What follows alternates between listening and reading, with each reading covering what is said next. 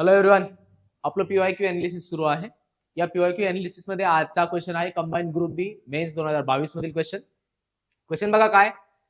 The husband and the wife next door have cat and dog existence. Sentence आहे. त्यानंतर काय विचारलंय, the idiom cat and dog existence used in the sentence above means.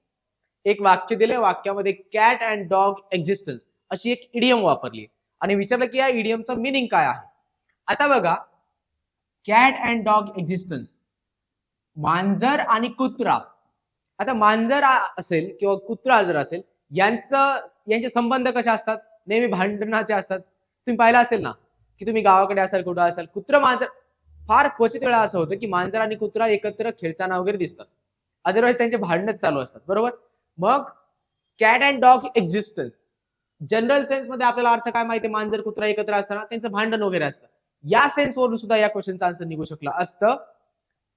Cat and dog existence या इडियमचा meaning आहे never ending भांडण, never ending quarrel, म्हणजे कधी न संपणारं भांडण वगैरे. मग ऑप्शन मध्ये बघा बरं काय काय. अॅनिमल एक्झिस्टन्स काय संबंध नाहीये, म्हणजे काय वन्य प्राण्यांसारखे जगतात राहतात असं काही होणार नाहीये.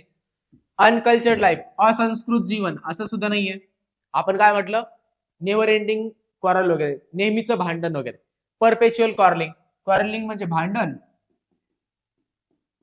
आणि परपेच्युअल म्हणजे काय, आपण ज्याला म्हणतो की जे कधी न संपणार वगैरे, सातत्याने चालणारे, म्हणजे सातत्याने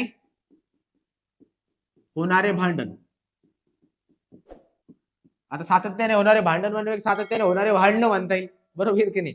परपेच्युअल कॉर्लिंग. मग आपला आन्सर काय असणार आहे, cat and dog existence, perpetual कॉर्लिंग.